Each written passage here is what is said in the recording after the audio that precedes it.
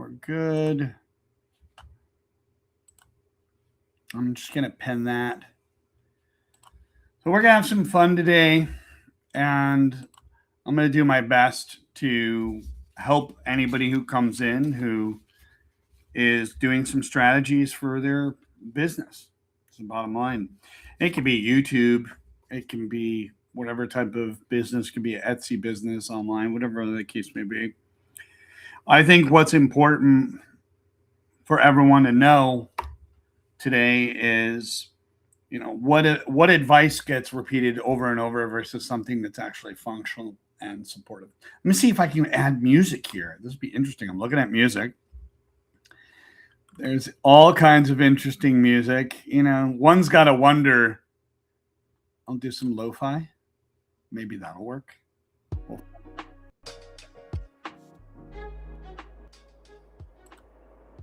It's not half bad. I'm going to make sure I don't get any echo on the music, on the tunes. Sounds really lo-fi to me. Sounds like I should have a drink on the beach and just sit there. Yeah. Exciting times we live in. So yeah, we're going to have some fun today. And that's what I wanted to discuss. Like, what does everybody believe in the industry, right? When it comes to a variety of types of industries that are out there, right? There's advice that gets repeated over and over again, especially on YouTube. It's just repeated information. But what evidence actually says that it's wrong? It's the key point we look at. That's the fun part. I do like this music, I have to admit. There are, certain rules in business, like what would happen if you ignored that rule? Right? How would that impact you?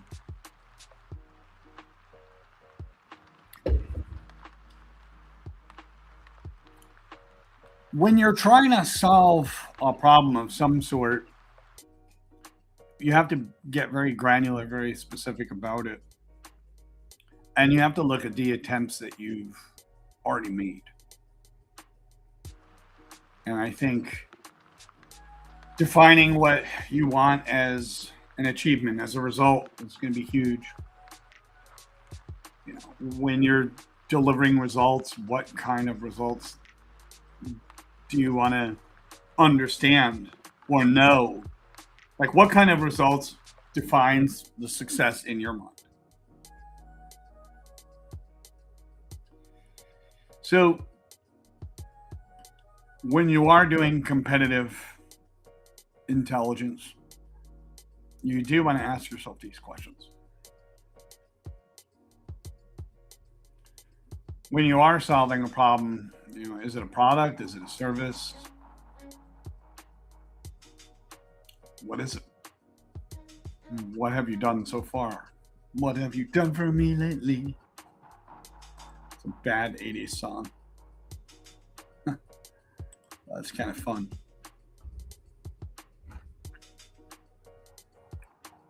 I'm just going to drink coffee.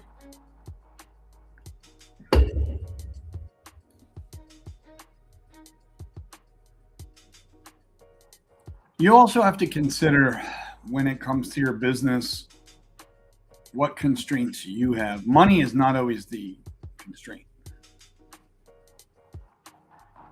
It's not always the constraint. Sometimes it's resources, sometimes it's time. You're dealing with time. Like, if you have an amazing product and you can't get it to the customer fast enough or get it to them quick enough, that's something to look at.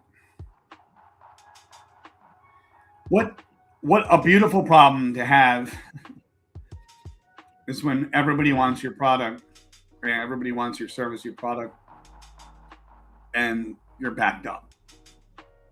You have a lot of people, but that is a problem needing a solution. You need some kind of solution with that. You have to have something like that. See if anybody's in the chat. I'm going to take a peek. Yeah, not yet. That's okay. Let's see if I can put an overlay. I don't know if it'll allow me. Ooh. Ooh. Kind of like that. Let me see what that looks like. Oh, I got a little zebra action. There we go. That's bound to keep everybody's attention span. I'll try something more simple. Oh, there we go. Well, I kind of like it. It's cool. I'll do this one. Go back to the zebra. But maybe the pattern might mess people up a little bit. It's cool. A little yellow and blue action. All right, we can do that.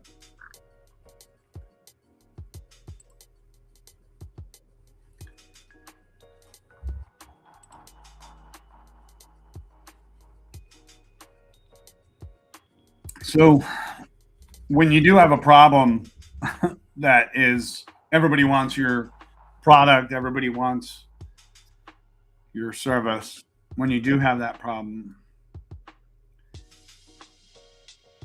we have to think of a strategy for that. And one of the strategies, and people either like this or don't like this, but I have seen it work. I've seen it in big companies use it, is a waiting list. You know, you can do for a solution, you can do a newsletter and waiting list combined, where it's like sign up for our waiting list and here's our newsletter as well. You can do those kind of separately just so the customer understands, doesn't get confused between them. There's many ways to do that.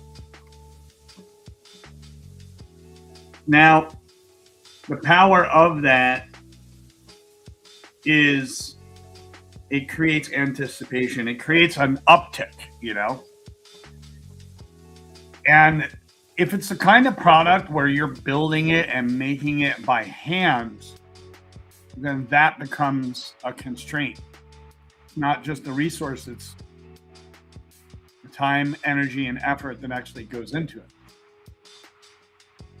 So you have to consider like getting extra people to help you, which is always possible, or finding a way to expedite the process a little bit easier. It's always interesting. It just depends on what the product is. It depends on what the product is. And that waiting list can be a pre-order. Pre-order, pay now, and we will notify you when the product is ready to ship. You'll get a notification. And you could state that pre-orders are backed up 3 weeks. Just the key with customers is you have to be able to set an expectation. And if you don't set an expectation, you're going to get some angry people. So it's crucial for you to set that expectation, to be able to do that. So when you have a specific problem in business, like what have you already done? What are your restraints and constraints and your resources and your deadlines? What are your deadlines? Because you're going to have your own deadlines. And that's where it gets tactical. So we're going to talk about that too, the difference between strategic and tactical. Hopefully someone has fun and jumps in soon.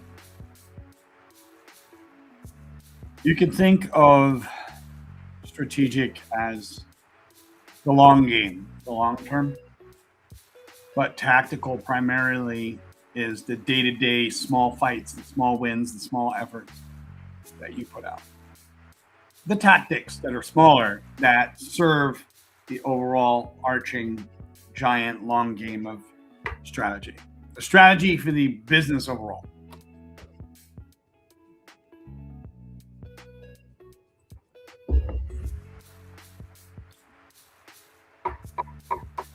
This is kind of fun, I have to admit.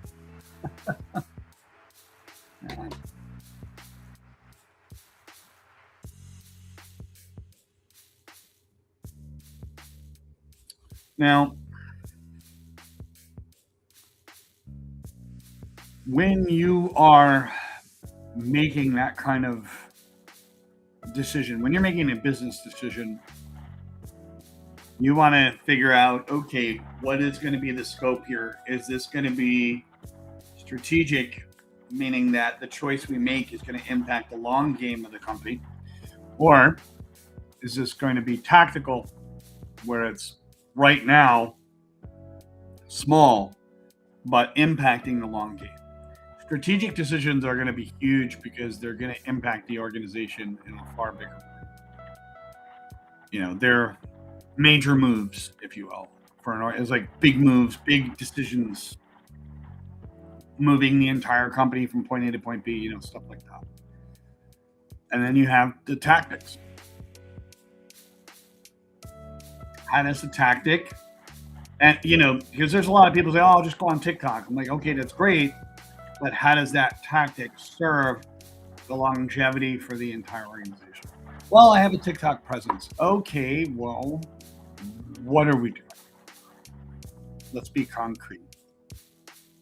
What are we doing with that, right? That's where it gets interesting.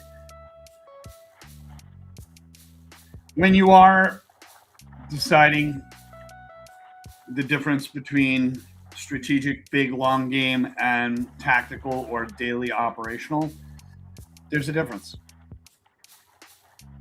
There's a major difference to how you're going to be impacting what you're doing.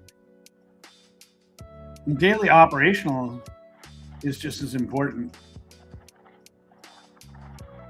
You got, daily operational is like the run-of-the-mill routines. Then you have the tactical, where it's like, okay, we're going to be particular about where this goes, who it hits, how it's hitting, what market, what group of people, what keywords, all of that. That's where it gets interesting. Let's take a look and see if there's anybody in the chat right now. Nobody yet. That's okay. I'm sure someone will come in and it'll be good.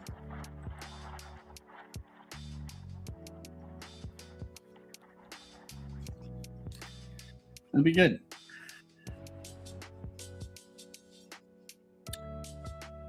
When you are dealing with the strategic aspect, you have to be able to draw a line to understand how big of an impact that's going to be. There's certain things, certain decisions that are going to have a drastic impact sometimes. Like moving a company. Like there's people say, "Oh, we're just moving across town." I'm like, it's still, you still have to be strategic. Tactical would be, okay, maybe we could have a kiosk over here or a kiosk over there in town, to support that, to uplift that, that reach, connect with people. So you have to be able to draw those specific boundaries and look at what's included in the process, what's excluded in that process. That's going to be huge.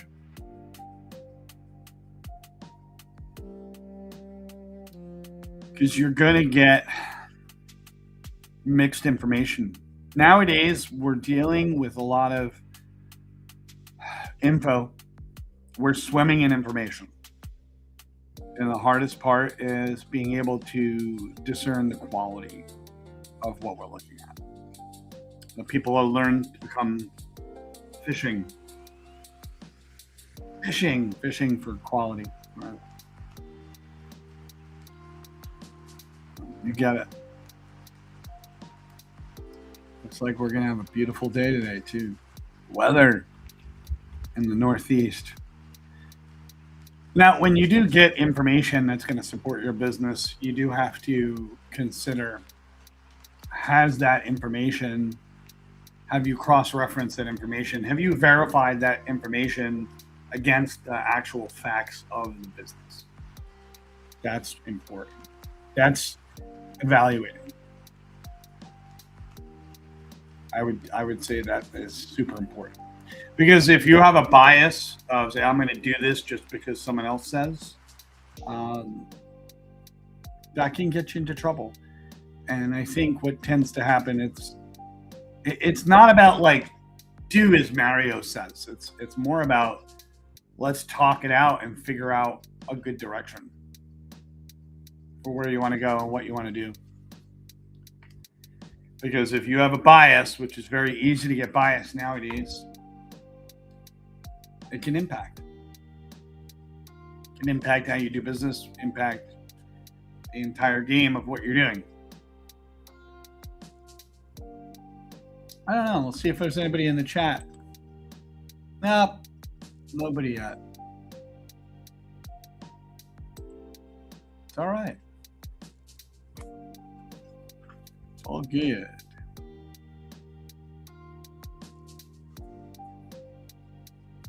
So the big question is, what are you trying to solve? What are you trying to solve as a service or a product? What's the exact income that you want, and what's the outcome for what you're giving to the customer? That's going to be important. There's some people that they want to be able to work with one person at a time. They feel that they're not good with working with groups. And when you're dealing with one person at a time, you're coaching one person at a time, that cuts into your schedule. When you look into dealing with an entire group, it changes the dynamic. But a way you can deal with that entire group is have different levels in what you're doing. Create a curriculum that can be low tech intro, and then be able to move it up. You could have something that's free or introductory and move up a notch to a class that's like entry level. That's where it gets wild. So yeah, so far I really like Restream. A lot of fun.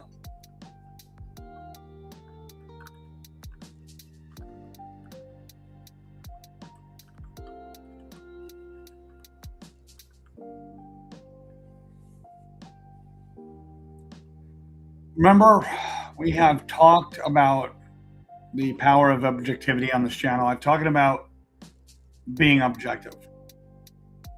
In business, objectivity is your absolute superpower. It really is. Being able to see all sides. Now, why is that? We're dealing with a lot of competing biases from thousands of people that say, do this, go this way. But when we're dealing with competitive analysis, business, competitive intelligence, you have to be objective. If you're not, you can be causing a lot of damage. You could miss all of those things that could impact your business. So you have to be able to be objective and look at the facts, the independent facts. You may have to pluck those facts out. So when you have certain subjective beliefs, they can influence your current thinking, and that can happen through just a variety of different influencers. But when you are objective, you get to see the multitude of sides with things. You get to see if you're developing a bias or somehow you're filtering out certain things. You're filtering out certain ideas. That's where it gets hard. It's hard. Objectivity is a practice. You're going to need it in business. I think we'll go ahead and stop here. Have a good day. Don't forget to like, subscribe. I hope you found some